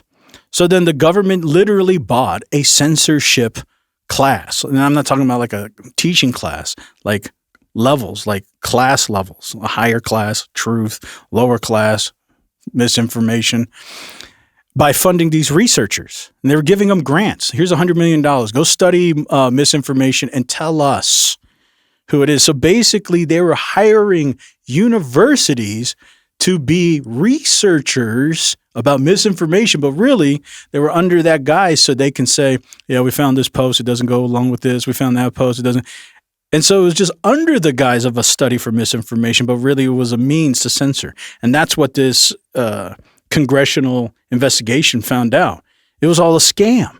They were trying to say, we're trying to figure out what is real misinformation, but they're just using that to fund these researchers to censor speech. Well, technically, yeah, it is for that. It's just, they're playing that word game stuff. But the government did, though, start new divisions of all these universities. They started funding all kinds of schooling programs to find out, to force and prove once and for all that it's not just male and female. There's other organs in between the two that we all know and have come to love. That's why there's actually multiple billions of different genitals in between the two that we all know about. And that's what they have. The entire programs now in universities to study just that gray area in between. And see, if you take each one of these sections, you can see, and just think about what we talked about in these little diagrams, these sections. You can see how much of what you consume are all under these schemes. Like you're saying, if there's a grant research funding loop, then like what you said, so some government has this agenda and they put it under this research guise, and they'll give millions of dollars and say, go study about gender dysphoria, right? That might be a legitimate issue. But under that guise, they're looking for all these people who are being anti-binary or this or that, and now we're flagging this, censoring this. If you can Meanwhile, they're using computers that are binary. Right. And that's why it's so interesting. If you just understand that, you'll see how much of this every single day is curating, and eventually it curates not just your thinking, but your choices, your behaviors. And so that's why when you see today people talking about Greenland and everything else, who's up there talking? It's these MAGA talking heads or political professors that they say, hey, I have a PhD in political science, and let me tell you, when we go back through history and here's this whole spew narrative, and now they're going to say, see, this is why we need to take Greenland. And you have only two options. You can say you're smarter than that guy and you know better, or you're going to say, well, I guess he knows, and the government knows, and the Pentagon knows. And they just use these gatekeepers to force your behavioral changes. And so they're not taking away your freedom. They're just utilizing gatekeepers. They're taking away your logic. Yeah. Well, eventually, yeah. If you go to I don't care, eventually you will just capitulate. You God will bless. just give in. Yeah. And so and everybody will be feeling that guy. And so the last section we have is the physical cage of structural control and behavioral engineering. And this is what they coin hostile architecture. Have you ever heard of that? No. Well, I'm sure you will know what it is once I show it. I mean, you used to skateboard, right? Mm-hmm. Now, I'm sure you have experienced, colleague, hostile architecture. Yeah. As you can see here, it's a simple thing. Like if you ever skate, oh yes, okay, yeah. If you ever skateboard and they want to prevent people grinding on a sidewalk or a railing or like a concrete, they'll put like these little bumps, these little bump things. Well, not just a turn for skaters and scooterers, but also homeless people. So homeless people don't sleep on it. Specifically, this bench is what you can see for that kind of stuff. But hostile architecture. Again, remember, everything isn't to take away choice. It's just to say, if you do, they're weaponizing convenience. If you do, it's not going to be convenient for you. You can sleep here, but you're going to have to sleep sitting up. You're not going to lay down. Yeah, you can grind on that, but you're going to have to really somehow get over that hump. So it creates a new challenge. Right. Or just completely do you could do a hard flip or a tray flip right over the bench. It might make you a better skater. Yeah. Yeah. I remember one time I did a Christ air and I actually got crucified on the sidewalk. That sounds about right. Yeah, it hurt. And then I just stuck to boneless. Yeah, that's good. I just don't skate. But yeah, they'll put up other things like this. We have this device here that sends out sonic waves. It's to deter mosquitoes. But really what it does, it starts giving you headaches. And it starts making you feel irritable because they're putting out these sonic frequencies. But it's here to deter mosquitoes. But really, it's going to disperse, like it shows here, disperse the youth because you're going to start feeling this headache or annoyance. And you're like, I just don't want to be here. I wonder if you look up what they call mosquito and it says something like bloodsuckers, parasites to our environment. Right. Any animal that is using other animals, moochers. Well, they could. I don't know. I haven't gone that deep into the paperwork, but I do know that they use these sonic weapons And you already know they have this technology. Look what they did over there when they went into Venezuela. Those people that were there, the Venezuelan soldiers, they said, I have never seen something like this. All of a sudden, out of nowhere, I felt my head start getting swollen, and I felt like my head was about to explode, and I couldn't even move. I just fell on the ground. And what the government was using was these sonic weapons that what it does is it sends these microwaves and it starts causing just a little bit of heat increase. And that little bit of heat, because you have liquid here, and you know, if you ever colleague knows all about liquids and water and microwaves, it causes it to expand and it can explode. So you start feeling your head feel like it's going to explode. And they use this microwave technology that causes people to just give up. You can't even do anything. And what happens if someone's already baked? Like when we were skating, we were already baked. Well, if you get this massive headache, you ain't doing nothing. I don't care what you're on. But we just lived with headaches a lot of times because most of us were malnutrition. I don't think you guys would have ever experienced anything like microwave shot at your head. We've experienced macro headaches. Yeah. Well, all I'm saying is they use these sonic weapons under the guise of mosquitoes to deter mosquitoes, but really it's deterring you. If they don't want you somewhere, they can just put that. And then this last thing, which we've talked about all the time, is 15-minute cities. They curate a grid for your city. So proprietary because they want you to be controlled. They don't want cars to be here. They want you to walk everywhere so that they can bury you in. And we know all about 15-minute cities. So this is the last thing they do in structural controlling and behavior controlling is hostile architecture. And so when you combine all these things and you think about everything we were showing you today, you have to ask yourself, is your behaviors being changed? Is Larry Fink not just some prophet saying we're going to do this, but is Larry Fink just telling you straight up in your face, this is what we've always done here at the United States? He's at BlackRock, but we are changing behaviors. Well, behaviors are going to have to change, and this is one thing we're asking companies. You have to force behaviors, and at BlackRock we are forcing behaviors. Because, I mean, look at the Minneapolis. They have physical checkpoints. They created barriers. Like if they want you to only go down this road, what are they going to put up as a roadblock? Oh, I can't go this way. I have to go this way. So they're going to create hostile architecture to force you to go this way. You say, I don't want to comply to checkpoint. Well, you can't get out. They blocked all the roads. You have to go this way. And then they're going to do checkpoints. Show me your papers. Show me this. They can close down bridges like we talked about earlier. Yeah, show me your papers, which is the currency to cross the bridge. They can even close down your bed. From our sponsors themselves, they sent me a video to put on here, and this was a hostile architecture in this man's own bed. Whoa.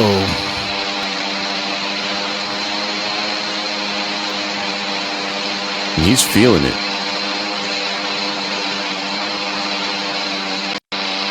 Yeah, see, and you can tell, so you can tell this is old, so you can see it's moving right here, but watch. When change is seen, right here, you can tell they didn't want to put a real chainsaw there, so they made a fake chainsaw because they didn't want him to accidentally cut himself, but you can tell it's a fake chainsaw now. Look.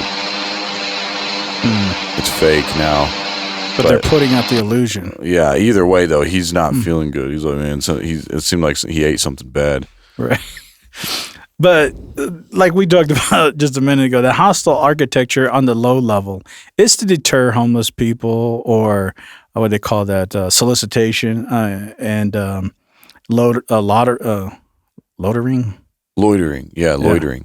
And they don't want none of that. Businesses don't want none of that. So that's the base level. And then 15-minute cities had to do with curating your control.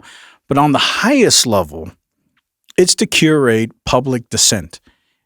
Protesters can't get to the spot they want to protest. Why? There's road barriers, there's ICE agents, there's whatever. They're going to use hostile architecture to force you to comply. And even if you want to be dissident, you can't. You can't do it. Now you can. Well, again, they're not taking away your freedom. You can, but you're going to have to go this way. You're going to have to go through the checkpoint. You're going to have to show us your papers, and then you can. And you're going to have to get your photograph taken. You're going to have to be put on a list. You're going to have to do all that. Now you can enter in. Oh, this just in from our sponsors to say exactly what you're saying right now. Yeah, I mean, you experience that all at the toll booths and outside and everything, the hostile architecture and everything. And then you come home to this hostile wife environment. Your own home. You can't lay in bed. You can't even get clothes ironed. Well, you deal with Saul head. Yeah, it's Iron Woman. Wow. But looking at all of this is the feeling you have, and it's dire, it's dystopian, of structural control, but it's so sneaky. You don't even realize that you're living with it volitionally. The Psyops are to trick you. The system doesn't care if you're tricked, though, because in the end, it just demands you comply volitionally.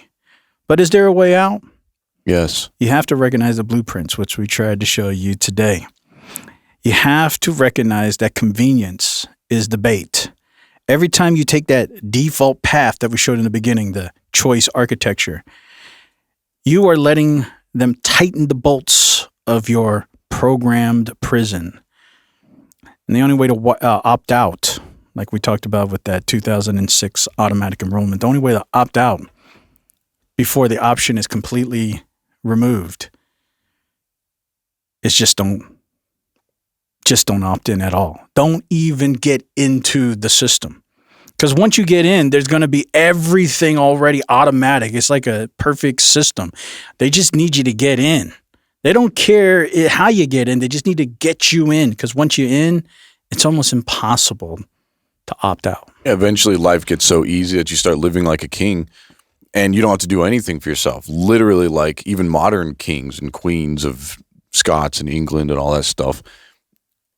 One thing that the blue collar people have an advantage over those kind of people is they're doing everything for themselves. Whether they learn it or they force themselves to learn it, or whatever. They're doing everything as much as they can for themselves. Again, either by force or by free will, so that way they don't become like an actual king or prince or something. The Prince of Wales has grown up in such a privileged lifestyle that he doesn't have mechanics to choose for himself anymore. Everything is done for him. His pajamas are pressed every morning so that they don't have creases in them for the next day. His shoelaces are pressed flat with an iron. His underwear is folded in a certain way. The bath towel has to be placed in a certain fashion. Prince Charles does have his valet squeeze 1 inch of toothpaste onto his toothbrush every morning. On one occasion, he rang me from his library and he said, "Oh, Paul, a letter from the Queen seems to have fallen into my waste paper bin. Would you pick it out?" The waste paper bin was there. He was sat there. I had to bend down into the paper bin and pick out the letter, put it back on his desk. "Will that be all, Your Royal Highness?" "Yes, thank you very much." You know, I never really thought about that, but I guess that is the other side of the coin, too. So much luxury. It's like, you know, we fight for conveniences as a normal person. But yeah, when you have, you're actually on the other side of the coin where inconvenience seems obscure or strange. Yeah, like he said, he has no mechanics. Like he has no ability. He has no choice. Like there's actually everything's just done for him. Yeah, and it's not like he's choosing. Do I want these pajamas or those pajamas? It's already laid out. It's like okay, so he's like a robot. He's it's not even just there's no choice. It's volitional. He chooses to not have a choice because convenience is so embedded that he doesn't even think about no choice. I was trying to figure out how he has blood circulation. It's like, so you can't even bend over to pick something up. I joke, you said they put 1 inch of toothpaste on his toothbrush every day. They iron his shoelaces. Yeah. That's the epitome of no free will. I'm surprised they don't just tie his shoes. Yeah, these guys are hardcore determinists. But I don't understand so he's just frozen still. He's sitting at his desk. I'm surprised he walked there himself. Maybe he was wheeled in. He just sits there at the desk. He's like, Jeffrey, can you come and type up this letter? I need to respond. And he's like not even moving anything, can't lift his hand. Oh, can you move my hand on the mouse for me? And it's like, that's his life. It's like he doesn't actually move. Well, that's the epitome. You know, I never really even we hear about it, but I guess you don't see it. That is the epitome of puppetry. Mm-hmm. Like that's ironic because he's the Prince of Wales. Right. You're the icon. You're the guy that everybody thinks might be making the decisions, but you have no ability to make any decision. You are relying on everybody around you to make sure those decisions happen. The only thing you're used for is just a stamp. You don't actually have any power at all, yet you're supposed to be the most powerful person. And isn't that ironic? And if if you take that truth in a lot of sense, that's probably applicable to a lot of people in power. Yeah, that's really interesting. But that's all I have for my section about this programming prison. Do you have anything to throw into the mixing pot? Of course, as always, a centaur was spotted recently. What's a centaur? A centaur is a mythical creature from Greek legend with the head, arms, and torso of a human joined to the body and legs of a horse, symbolizing both civilization. Oh, one of those horse human people things. Yeah. Okay. Half human, half horse. And one was spotted. In real life. Apparently, as it were. Wow. Oh my god. That's a centaur. I don't believe my eyes. This is real. The naysayers are going to say this is AI. Right. I don't know. It looks pretty real to me. I mean, do we have AI that can generate an image like this? Yes. Like available for the public? Yeah. Okay. Well, then there's this. Now, this is AI. A group of hikers says they captured something half human, half horse in the Appalachian Mountains. According to her, it started with a strange sound coming from somewhere far away. They couldn't tell what it was, but they decided to follow it. What they saw shocked them. She immediately pulled out her phone and started recording. In the footage, you can clearly see what appears to be a centaur. For those who don't know, a centaur is a creature from ancient Greek mythology, half man, half horse. And honestly, there's no logical explanation for why something like that would be there. Except for book talk.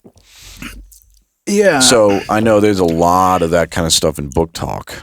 Not because I've read it. I haven't read a word. You don't read that smut? Not a word. No.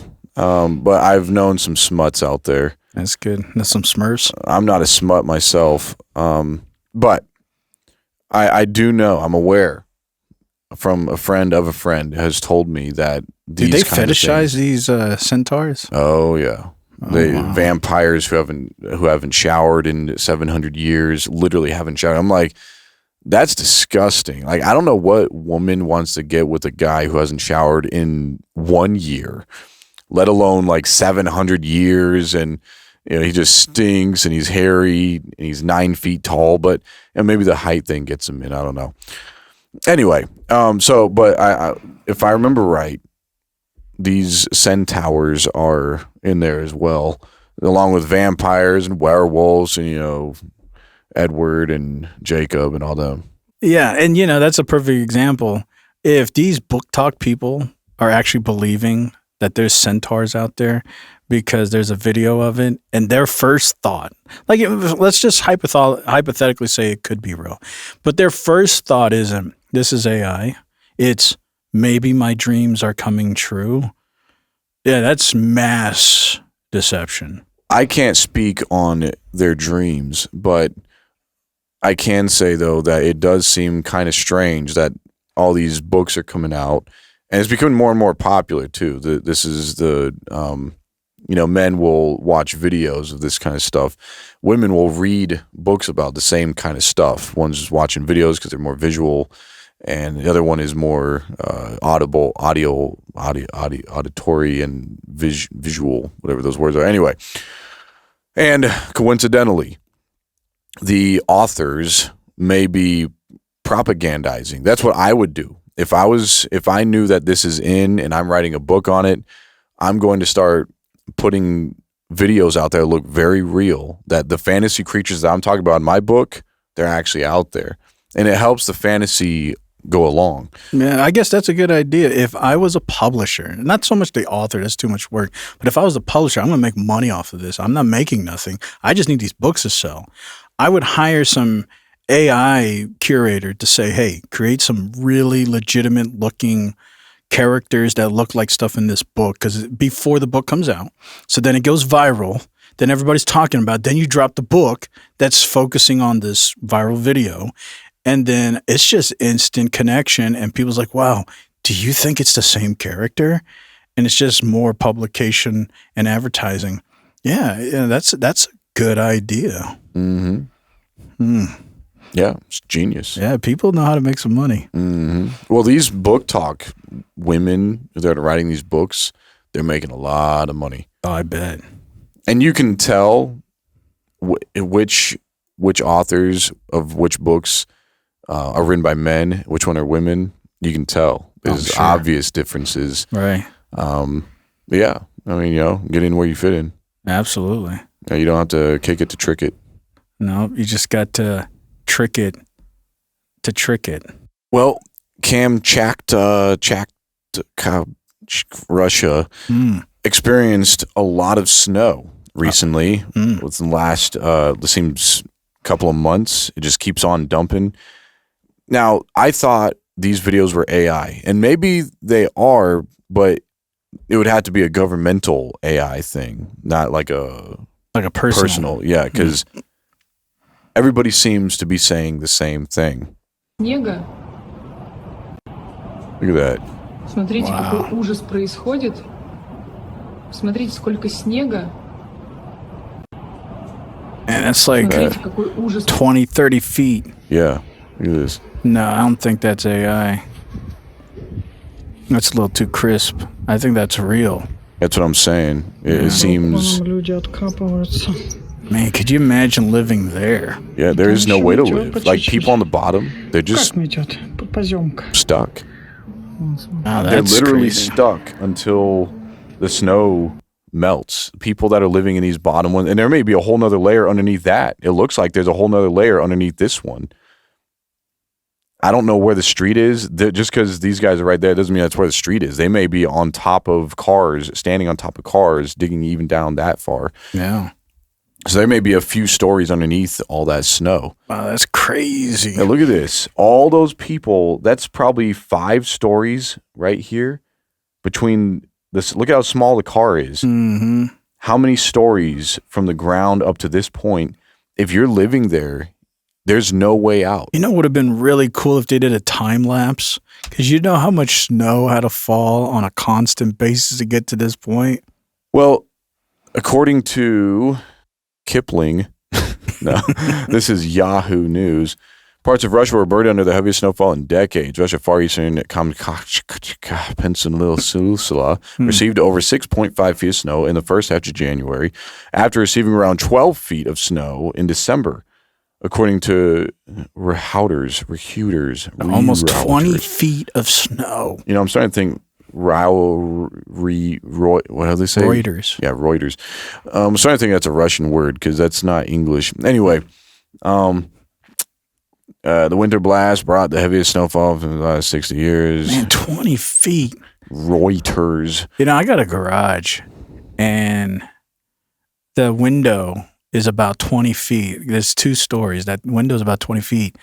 And colleague knows what I'm talking about, that window. Can you imagine the snow going all the way up to that window? No. That's insane. And the reason why I'm sure it's built up more against a building, because, you know, you have wind blowing. So as the wind blows, I'm sure it builds up more towards buildings. And so that's probably why it's higher. But just on the surface level, it'd be 20 feet. So, of course, the wind blowing the snow, it's going to build up 30 feet. Yeah, you can't, like what we showed, those tall buildings. If you try to leave, even on the top floors, on the top floors even, you can't go down. So everybody in this building, that building, all these buildings, they're stuck. I was actually thinking, you know, if I was living in one of these stories right here, I could probably get out of the window, jump, was that like 10 feet right there? Jump 10 feet onto the snow and then slide down maybe into my death. Maybe, yeah. That's like 50 you're feet taking right a there. chance, though, because if somehow you made it to the bottom, it's probably compressed. Yeah, and you're not getting out. That's what I was gonna say. Like, if I jump out, that all might be powder. I may just sink all the way down, and I'm stuck. Yeah, forever. Yep. And that's soundproof. Ain't nobody gonna hear you. Nope, you can't climb out. You're not digging your way out. You're done. Yeah. And it's just gonna, all the snow on top is gonna fall in. Oh. You're gonna be 20 feet underneath into the snow, and it's gonna just cave in on top of you. So you're not. Yeah, if this was like solid snow, yeah, you can slide and then fall off to your death. Yeah. Yeah, no, yeah, that would be it wouldn't even be a quick death. You're going to die of hypothermia. That's like the worst way to die, they say. Yeah, this is that's crazy. People, and you know what? People volitionally live there. It's too rich for my blood. Yeah, I ain't doing that stuff. That's and crazy. yeah, I know, that's what I'm saying. Like, you know, there's places. That feels like that's hostile architecture. Yeah, but that's natural though. Yeah, but that's from the gods. Yeah. I've actually heard there's places in Russia, a lot of places in Russia that go to like -60, and I'm like, people brag about living there. Like people on, you'll see them on Facebook, Instagram, social media posts. People living there, oh yeah, look at how cold it is here, and they're over here bragging. Like, you know, outside of your stupid little post, do you actually you can't start your car, so you're walking to work. Like, you may be able to handle -60, but your car is not doing that. It's not. So, and no matter, even people that I've known that say that they plug their cars in at night to keep the block warm, it only works up to, I think, -30. Past -30, even that won't start your engine. If you're in -60, -70, your car is not starting. So you're walking to work in -60, or you're just not going to work. And you can't be a farmer in that, because I know the cows are not producing. Yeah, that's frozen. Yeah, that's a milkshake. No, that's ice cream. Yeah, I remember I had a dog that my dad would handle, and this dog, he was a handler. Yeah, and he wasn't very nice to this dog, but he left this dog out in the cold one day when I was a kid, and I don't remember where we were living, but it got real cold that night, and the dog almost died. It was a female dog, and she was pregnant. Oh. And everything, of course, in the dog was unalived, and the milk actually froze too. So she actually had this massive swelling in all the milk areas, and I was like, wow. So they had to take it into the vet, and I can't remember if they just terminated the contract or if they. Yeah, that'd probably been the most humane thing. But first of all, what he did wasn't humane. Yeah, well, yeah, that's crazy. Yeah. Anyway. Yeah, well, that's insanity. But well, you have anything else or to add to the insanity? Yeah, one more thing. So, just more on today's dating experience. As we all know, what men are starting to do. And when I say men, they're younger, Gen Z, Gen Alpha men. They're trying to go out in the real world. They're at least trying. So you got to give them an E for effort.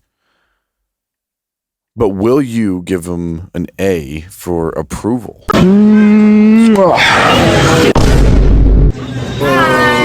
Hi. This is in the public. Hey, yeah, I'll take a table for two for Sydney and I. Bruh. You're gonna be at that.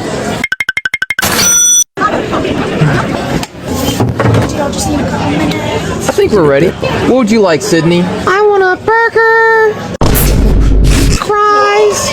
You know you can't be eating all that if you want to keep your sexy figure for acting. Well, she's got good genes, so I think she'll be fine. We'll go with the burger and fries. Medium rare. Bruh. I'll take the Saturday night sandwich. Did I have her order? She ordered a hamburger. Is she computerized? She's a person, so. Oh, excuse me. Excuse me. Is the food good, Sydney? Yeah. Good girl, give me a kiss. Yeah, we're doing good. Nope. I got a good one, didn't I? I hope so. Excuse me. Yeah. It's her birthday today. Can she have free dessert? Maybe like ice cream or something? But just without cherries, because she's already got 2 big cherries. Whoa, dude. Excuse me. Get out! Can we have the check, please? You just give it to her. Thank you.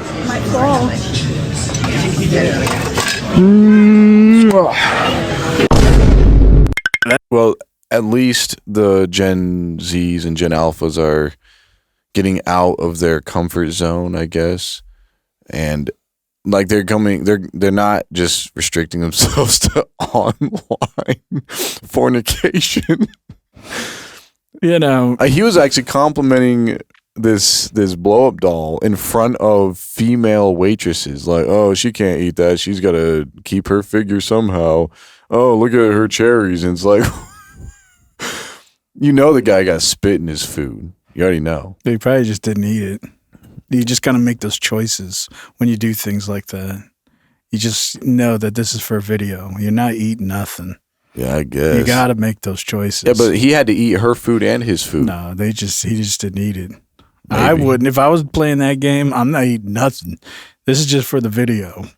Yeah, it seemed like it was on purpose. Like I was like, you're doing this on purpose. Like now he's purposely calling attention. Like, oh, it's her birthday day too. It's like, what are you doing? Like you're purposely. And then that old lady came up because she didn't understand. She doesn't understand technology and computer robots and stuff. So she was like, is this computerized? Like she thought it was an AI thing. No, he actually said, no, this is a purchase. He's like, oh, okay. Sorry, excuse me. Yeah, well, at the very beginning, when he threw this thing into the booth, he had to throw the legs too. I was like, this feels like he's loading someone up into the back of a trunk or something. I was like, he's had too much practice with this. Yeah, he's got that 5-body trunk. Yeah, he did it a little too easy. I was like, oh, yeah, this is easy. You should feel a real body. Like, it was like, man, this guy is who you're going to call. Yeah, it goes back to that thing you were saying earlier where they just don't care. But when you, like this is a good example, is when you don't care, yeah, this is funny. I watched it, okay, and it's cringy. But next one, you're going to have to ante up. It's going to, if you do the same joke, it's lame now. You only go so far, and that's why eventually it turns into radical things, which then the government can say, see, this is a problem. Look at the psychological defects. We need to re-educate. Which they caused. This is their doing. This is the fruit of their labor. The government caused this. The government, right. That's what I'm saying. The government caused this. And now they don't, well, obviously they like it because it's part of their agenda, like you're saying. They created the bad guy, and then they created the hero. Now they have the justification for re-education. Right. But anyways, that's what it is. And so it's a good example. And when people even watch this stuff, they should see it. And the guy, I don't believe the guy is connected in any way, but because he gets sucked into the opportunity, he's just playing into the narrative so that eventually the government will be able to justify those re-educations. Yeah. At least they're getting more practice. Yeah. And as long as they're practicing safely, I guess. But they're coming out of mom's basement, it seems like. White boys can't look good in do-rags. Wow, Slick Rick. That's it. Cut. Oh no, that Joker's got the tabs. God bless. Yeah, well anyways, I appreciate that, colleague, as always. I know, I'm telling you, colleague's got that, he's got that really proprietary feed where he's got the good stuff. I can't get that stuff for some reason. But hopefully you guys enjoyed this week's episode 189. The Programmed Prison. Hopefully it was insightful, entertaining, and cringy as always. But as always, like this video, subscribe if you haven't, leave a comment, appreciate it. And we appreciate you guys. Check out the audio podcast if you want to listen to it on the go. But as always, this fine gentleman here, that's Captain Saluter, and I'm host. And this has been the Matrix Network. And we'll see you guys in the next broadcast. This is crazy.